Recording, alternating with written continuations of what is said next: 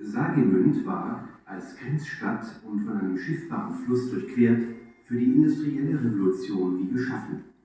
Ab Beginn des 19. Jahrhunderts sind die Grundbesitzer und die Landbevölkerung dem Lockruf der Dampfmaschinen gefolgt.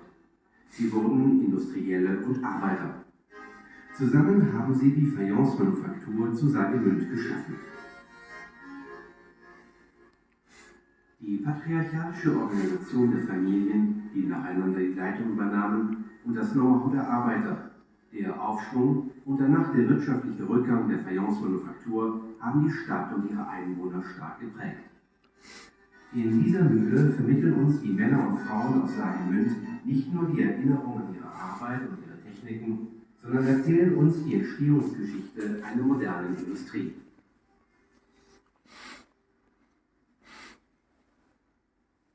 Im Jahre 1825 kaufte Paul Utzschneider, der Direktor der in vollem Aufschwung befindlichen Fayence-Manufaktur, eine kleine, an den Ufern der Blies gelegene Mühle.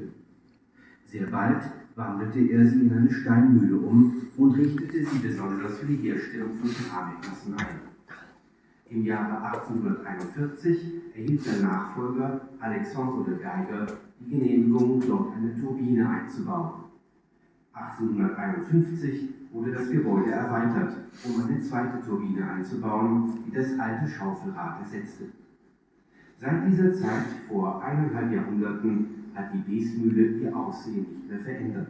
Das dreistöckige Bruchsteingebäude weist eine Länge von 44 Metern und eine Breite von 10 Metern auf. Innen gibt es wenig Zwischenwände. Jedes Stockwerk besteht aus einer großen offenen Halle.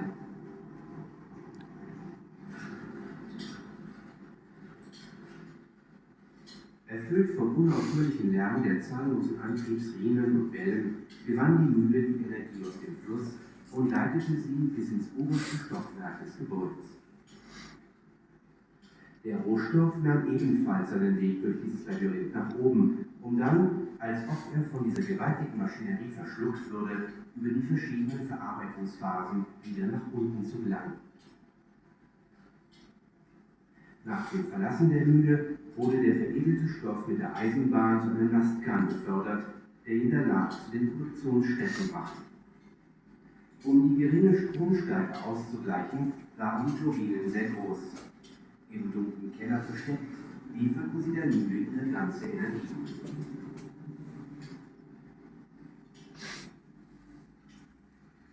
Mittels eines Kegelradgetriebes wurde die Kraft entlang einer horizontalen Antriebswelle verteilt.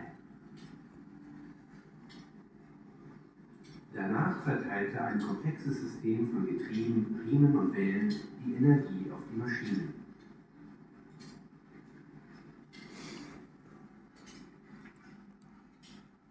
Um 1900 wurde die Mühle elektrifiziert. Über ein System von Riemen und Umlenkscheiben wurde ein Wechselstromgenerator an den zentralen Antrieb angeschlossen.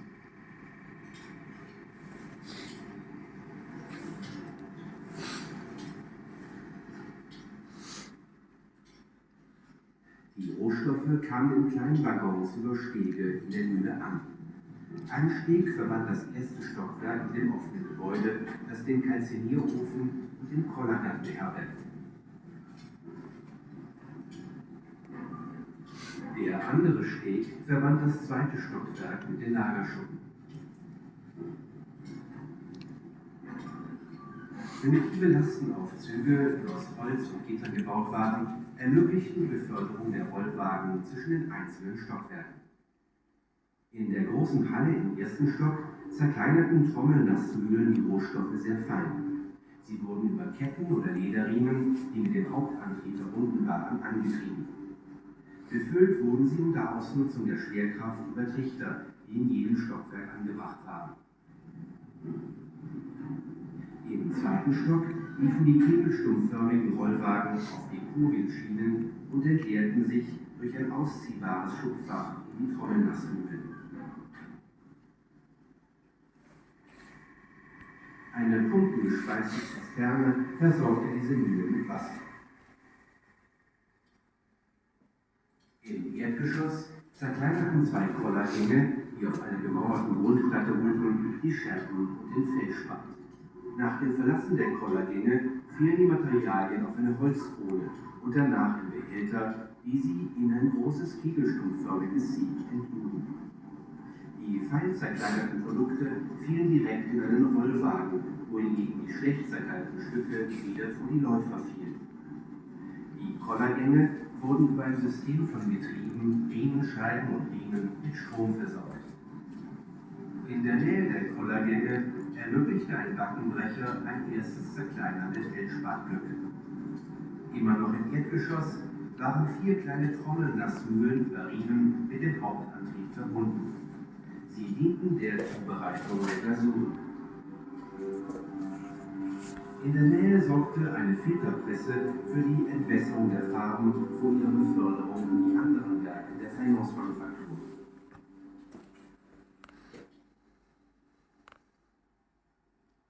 Heute beherbergt die Mühle alle Phasen der Herstellung, während in ihrer Blütezeit hier nur eine der Fertigungsetappen vor sich ging.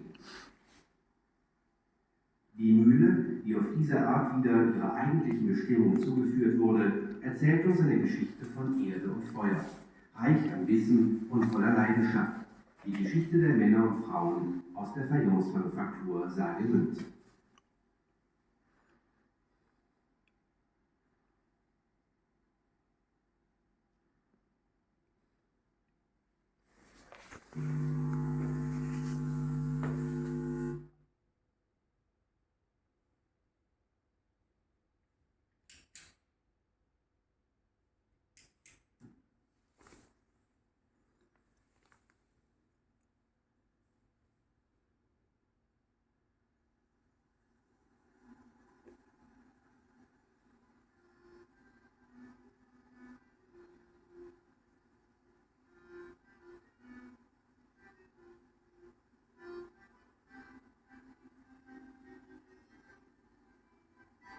Ville frontière, Barak, als clair navigable, Sarreguemines était faite pour la révolution industrielle. Dès l'aube du XIXe siècle, les propriétaires fonciers et les paysans ont répondu à l'appel des machines à vapeur. Ils sont devenus capitaines d'industrie et ouvriers. Ensemble, ils ont créé la faïencerie de Sarreguemines. L'organisation paternaliste des familles dirigeantes successives et le savoir-faire des ouvriers, la prospérité puis le déclin économique de la faïencerie ont profondément marqué la ville et ses habitants. Dans ce moulin, les hommes et les femmes de Sarreguemines ne nous transmettent pas seulement la mémoire de leur travail et de leur technique. Ils nous donnent à voir le récit d'une histoire industrielle moderne.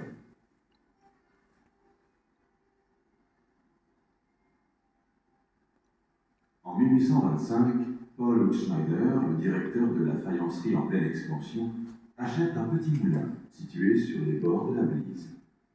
Bientôt, il le convertit en moulin à calutage et le spécialise dans la fabrication de pâtes à faïence. En 1841, son successeur, Alexandre de Gaillère, obtient l'autorisation d'y établir une turbine.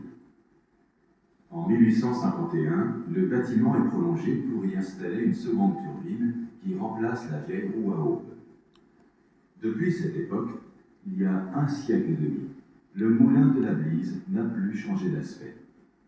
Construit en pierre de taille sur 3 étages, le bâtiment mesure 44 mètres de long et 10 mètres de large. L'intérieur est peu cloisonné. Chaque étage forme un grand hall ouvert.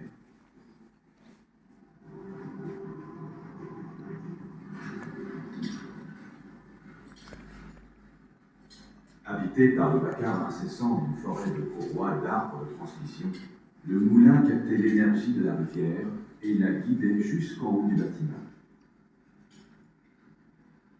La matière première suivait son chemin le long du même enchevêtrement complexe. Puis, comme si elle avait été digérée par cette énorme machinerie, elle redescendait au travers des différentes étapes d'affinage. À la sortie du moulin, la matière transformée suivait le chemin de fer jusqu'à une péniche qui l'emportait ensuite vers les ateliers de fabrication. Pour compenser la faiblesse du courant, les turbines étaient de grande dimension. Tapie dans l'ombre des sous-sols, elle fournissait toute son énergie au moulin.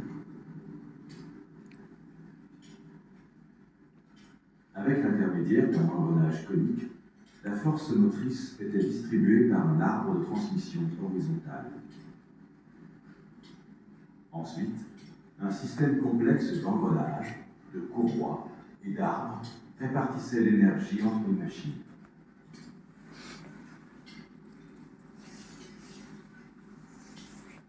Vers 1900, le moulin a été électrifié. Un alternateur a été raccordé à la transmission centrale par un système de courroies et de renvoi.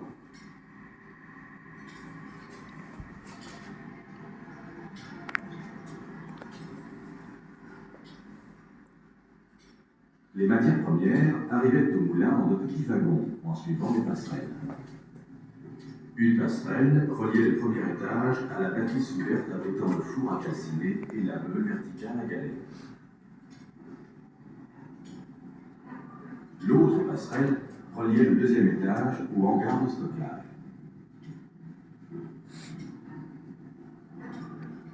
Des monte-charges rudimentaires, construits en bois et en grillage, permettaient d'acheminer les wagonnets entre les étages. Dans le grand hall du premier étage, des broyeurs de type Halsing écrasaient finement les matières premières.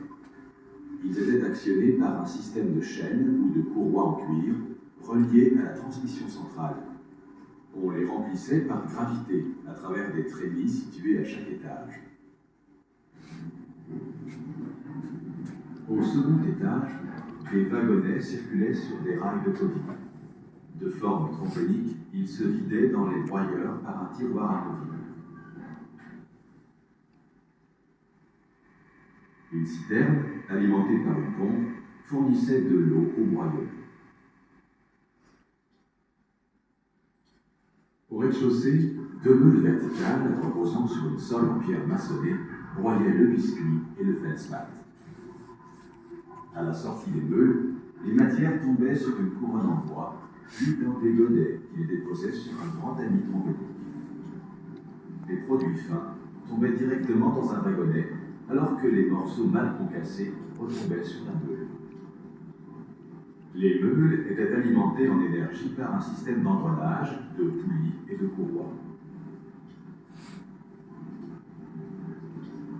Près de la meule, un broyeur à mâchoire assurait un premier concassage des blocs de feldspathe.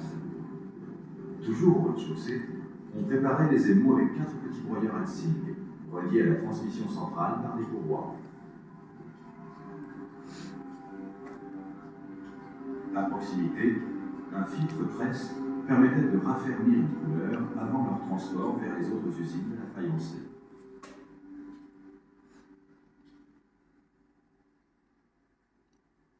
Aujourd'hui, le moulin réunit tous les aspects de la fabrication de la faïence, alors qu'à l'époque de sa pleine activité, il en constituait seulement une étape.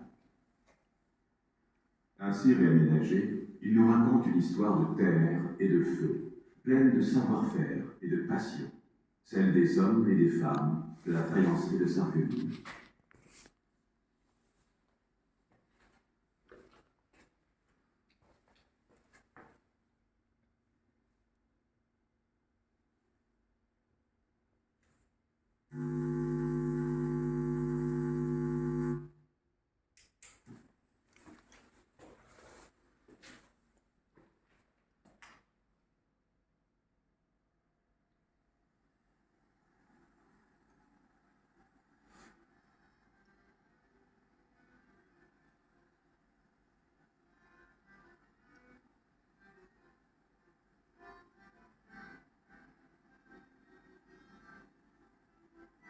Ville frontière traversée par une rivière navigable, Sarreguemines était faite pour la révolution industrielle.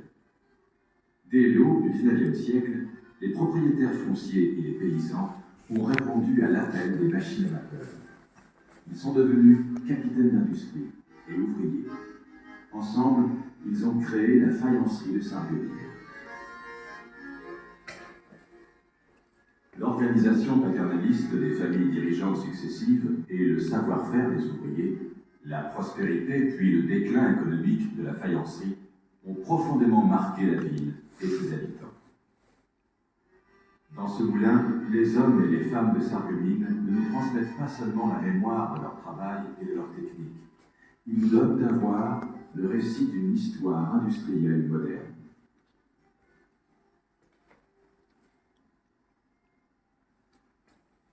En 1825, Paul Hutschneider, le directeur de la faïencerie en pleine expansion, achète un petit moulin situé sur les bords de la Blése. Bientôt, il le convertit en moulin à cailloutage et le spécialise dans la fabrication de pâtes à faïence. En 1841, son successeur, Alexandre Geiger, obtient l'autorisation d'y établir une turbine. En 1851, le bâtiment est prolongé pour y installer une seconde turbine qui remplace la vieille roue à eau. Depuis cette époque, il y a un siècle et demi, le moulin de la Blése n'a plus changé d'aspect.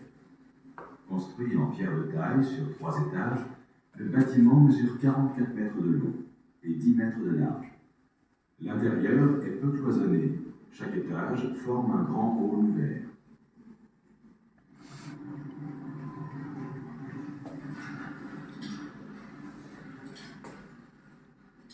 Habité par le vacarme incessant d'une forêt de courroies et d'arbres de transmission, le moulin captait l'énergie de la rivière et il la guidait jusqu'en haut du bâtiment.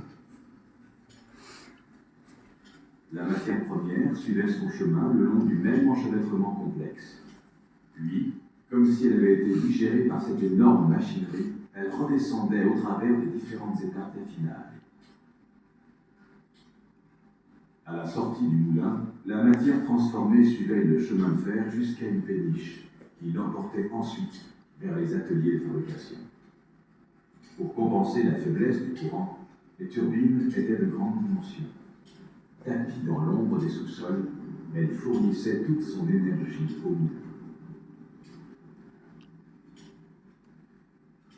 Avec l'intermédiaire d'un engrenage conique, la force motrice était distribuée par un arbre de transmission horizontale. Ensuite, un système complexe d'engrenages, de courroies et d'arbres répartissait l'énergie entre les machines.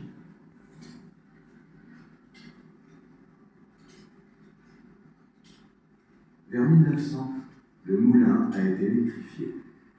Un alternateur a été raccordé à la transmission centrale par un système de courroies et de renvoi.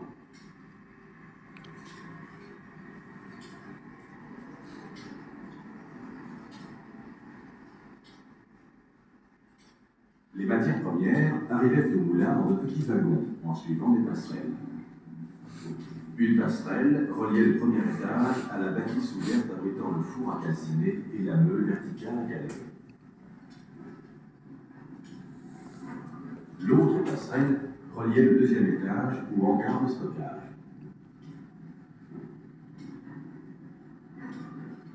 Des bons de charge rudimentaires, construits en bois et en grillage, permettaient d'acheminer les wagonnets entre les étages. Dans le grand hall du premier étage, des broyeurs de type Halsing écrasaient finement les matières premières. Ils étaient actionnés par un système de chaînes ou de courroies en cuir reliées à la transmission centrale. On les remplissait par gravité à travers des treillis situés à chaque étage. Au second étage, des wagonnets circulaient sur des rails de coville. De forme trombonique, ils se vidaient dans les broyeurs par un tiroir à coville. Une citerne, alimentée par une pompe, fournissait de l'eau aux broyeurs. Au rez-de-chaussée, 2 meules verticales reposant sur une sole en pierre maçonnée broyaient le biscuit et le feldspat. À la sortie des meules, les matières tombaient sur une couronne en bois, puis dans des godets qui les déposaient sur un grand tamis trombonique. Les produits fins tombaient directement dans un wagonnet, alors que les morceaux mal concassés retombaient sur la meule. Les meules étaient alimentés en énergie par un système d'engrenage, de poulies et de courroies. Près de la meule, un broyeur à mâchoire assurait un premier concassage des blocs de feldspat. Toujours au rez-de-chaussée, on préparait les émaux avec 4 petits broyeurs Halsing, reliés à la transmission centrale par des courroies. À proximité, Un filtre presse permettait de raffermir une couleur avant leur transport vers les autres usines de la faïencerie.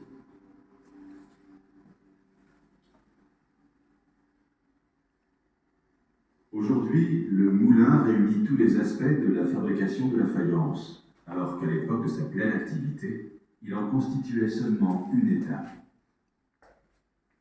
Ainsi réaménagé, il nous raconte une histoire de terre et de feu, pleine de savoir-faire et de passion, celle des hommes et des femmes de la faïencerie de Sarreguemines.